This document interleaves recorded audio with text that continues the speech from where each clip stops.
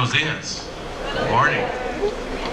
My name is Camacho. I graduated from Argo in 2006. Hi, my name is Samantha Liu. I'm the project manager at Office of the City Clerk. My name is Rafael Yanez. I work for the Chicago Police Department, and I'm getting paid right now to be here.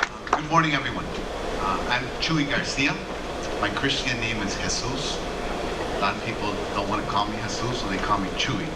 It has a better ring anyhow. My name is Carina Sanchez. I am currently the Deputy City Clerk for the City of Chicago. Hi everyone, my name is Adolofo Hernandez. I'm Deputy Director of the Mayor's Office of Public Engagement in the City of Chicago. Hi, good morning everybody.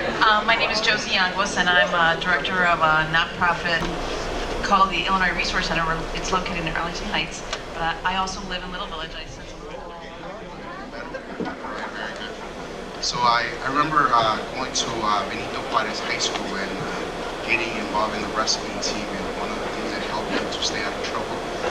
I remember going to point A to point B to school and getting stopped by one of the neighborhood organizations, if you will, and being asked if I had a membership with them, and obviously I didn't, and I had to be running really quickly to get to my safe post. It was a challenge, to say the least. It can also be really dangerous for a 6th, 7th, and 8th grade young boy as gangs are looking to recruit. So I remember my walk home and those same organizations. I lived on 25th and Harding and went to school on 25th and Central Park at a Chicago public school. So I was going from one gang territory to the other territory, then back on my way home after school. So every day was a bit of a negotiation. And you get really good at negotiating how I'm going to walk through this area today, and what street will I take today, what route will I take today, who do I know on that side and who do I know on this side. Hey, your brother Raul, I know him, can I come by today? And so that's unfortunately part of the way we had to grow up. I was that weird kid that knew at a very young age what I wanted to do. I think I must have been like about 5 or 6. And I remember that I was watching TV and there were people that were getting deported, and they were showing them hands tied behind their back, and they were getting in like this big truck or something. And I asked my mom, what's going on, what's happening? Because those people look like the parents of my friends. They look like my family. And she's like, they're getting deported. They're here illegally. And I'm like, well, who says that they cannot be here?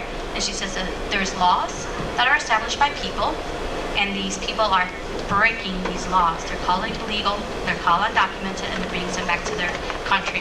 At that point, I decided that I wanted to be part of that decision-making process. I wanted to be part of government and make sure that whenever a decision was being made that was going to affect anyone in my community, I was there to make sure that I could protect them. I played soccer here for 4 years. I was blessed to be All-State and be put in the Hall of Fame for sports at Argo. That won me a scholarship and grant to Dominican University, where I went to play soccer for 4 years. I mean, I came from this community, which you guys know. My band of friends was 4 Mexicans, and I'm the Guatemalan kid who just happened. I'm from a little village in Durango, as I stated previously. Maybe on a good day back then, because there are only about 20 people who live there today, we had about 200 people total in the little ranchito, a small village in northern Durango.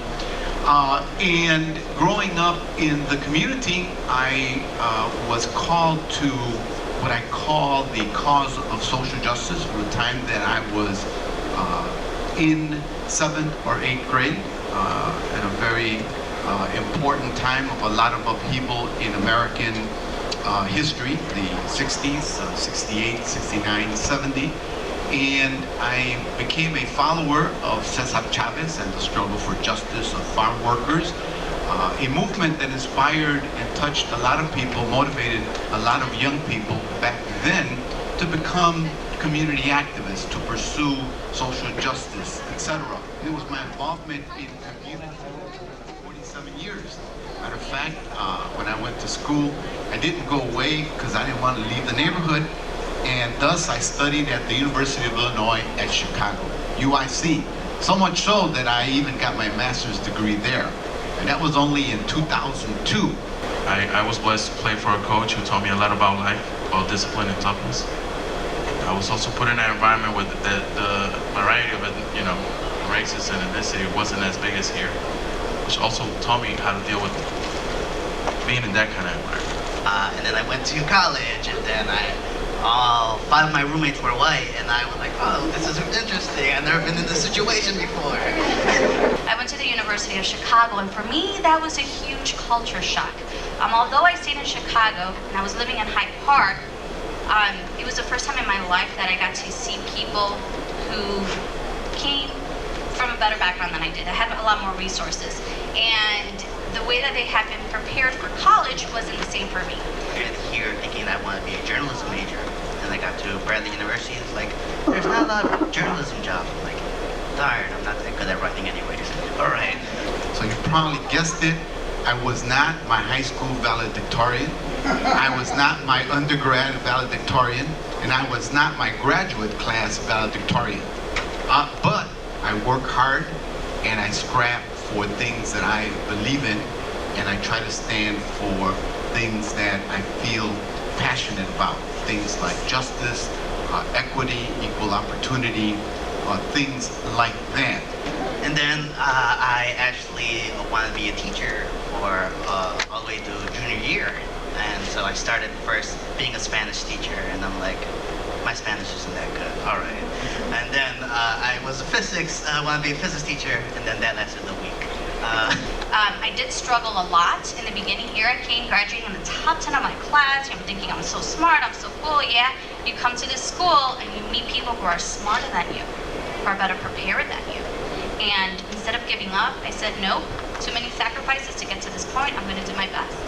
And sure enough, I graduated. I got good grades. Took me a while to get there, but I definitely did it. And once I graduated, I looked around and I'm like, okay, I want to get into government. What do I do now? And then I became a social studies teacher, and then I liked it. I liked the curriculum, everything besides the economics, so I wasn't that good at it. But either way, I came this senior year, and I started doing my senior student teaching and everything. I was like, this isn't for me. So don't be afraid to really try to discover what exactly you're good at, what exactly you'd like to do. I ended up majoring in finance. I went to work with her. I went to Springfield, and that was my first taste as to people making decisions that affect every single point of your life. There were plenty of times between 18 and 25 when I just didn't know what I was going to do. At 25, I went and I applied at logistics because a friend of mine just got a job there. And then I found my passion, just like that. It was my involvement in community affairs in the little village community that led me to what we today call politics, and challenging the status quo, asking if things are done this way, why can't they be done in other ways? And that has enabled me to have been elected in 1986 to the Chicago City Council. I was 28 years old. And then later, after being elected 3 times to the City Council, I became the state's first Mexican-American state senator. Very proud of that. And I've been a police officer for 12 years. I started in Inglewood. I went to a gang unit. From a gang unit, I went to work in organized crime. Mentioning on the drive over, one of the best jobs I've ever had was actually working with young Latino and African American youth, running a basketball program at the YMCA in Humboldt Park in Logan Square. The reason I had so much fun doing that is because many of the young men in that program were either in a gang or trying to get out of a gang or trying to avoid joining a gang. But they were all from the same neighborhood, and they reminded me of me. They reminded me of me and my friends on their walks to and from school. I wound up running for mayor earlier this year. You may have heard about it. You may have seen me on TV. I'm the guy with the mustache, in case you have not noticed. It's been a great journey. It was a fascinating experience, and it got quite a bit of coverage nationally, the race did. And now I'm trying to figure out what I'm going to do when I grow up. But it's great to be here today. I look forward to conversing with you. Who I am with my personality. And my advice to you guys is this. You guys need to learn how to roll with the punches. You guys need to learn the rules and learn how to break them. And never be afraid to ask questions. just try out different fields. There's a lot of internships available for students in high school. I really highly recommend that you start looking at those right now, because you will be surprised. A lot of them, deadlines are around December and January, so that time frame to apply is very short. Don't start thinking about what you want to do in the summer in March or April. Sometimes it's too late. Whatever language it is that you know, whether it be Polish, Arabic, Spanish, Mandarin, it's so valuable for you to think about that skill as you think about applying to colleges and as you're applying to the world of work. Decisions you make today about your body or your education or anything will affect you for the rest of your life. So it's okay if you don't know exactly what you want to be doing 5 years from now. I think that a lot of us still don't know what we want to be doing 5 years from now. But I encourage you to start exploring it, volunteer in areas that interest you, and then really just pursue what interests you most. Not everyone has an incredibly easy path and knows exactly what they want to do and has a perfect family life and does incredibly well in school and has all straight A's, but it doesn't mean that you can't accomplish really good and important things. Some of us here knew what they wanted to do when they were in 9th, 10th grade. Some of us are still trying to figure out what we want to do. You know, don't beat yourself up. Roll with the punches. Try to make the best decision possible every time you can. Decisions you make now will affect the rest of your life. I'm still putting up with consequences for decisions I made when I was 15 and 16. So that's a reality. Start thinking about it right now and apply everywhere. Try everything. You guys are young. You have an opportunity to try all these different fields and see what you like. But the one thing that I want you to say, and I think somebody said it earlier, is every decision that you make right now will affect you in the future. I was lucky enough that I was just really focused, and I said, I want to do this. And bilingualism. And the research tells us that if you learn and speak another language, it has great metacognitive benefits. In fact, you're a whole lot smarter than other people who only know one language. So that's a lesson for all of you to it's never too late to learn another language, but to really capitalize on that. And that's going to stand you good stead then if you keep on going further and take advanced placement courses, such as in Spanish or Spanish literature courses in AP. I would really strongly recommend that if Argo offers those kind of classes here and you have that language ability, that you capitalize on that. And most importantly, there's a lot of people that want to see you succeed, whether it's your teachers or your parents. Lean on them. They're a form of support. And also lean on each other. Be a good friend. To keep everybody else out of trouble. I will not do the don't do drugs speech, because I know you guys know better. You know, don't ever forget to be human. And whatever you do, politics, medicine, business, whatever you do, don't forget to be human. Always remember the person across from you is a human being. Make sure you ask questions. Get them to know you, and then get to know them. You have an entire team of people, not only here, but there's teams of people behind us who are rooting for you every step of the way, who are willing to be resources to you, who want to help you succeed. Because I think, as Carina mentioned, you are absolutely the future of our city, especially within the Hispanic community. We have a growing population. We're actually one of the fastest growing populations in the city. We're also the youngest in the city.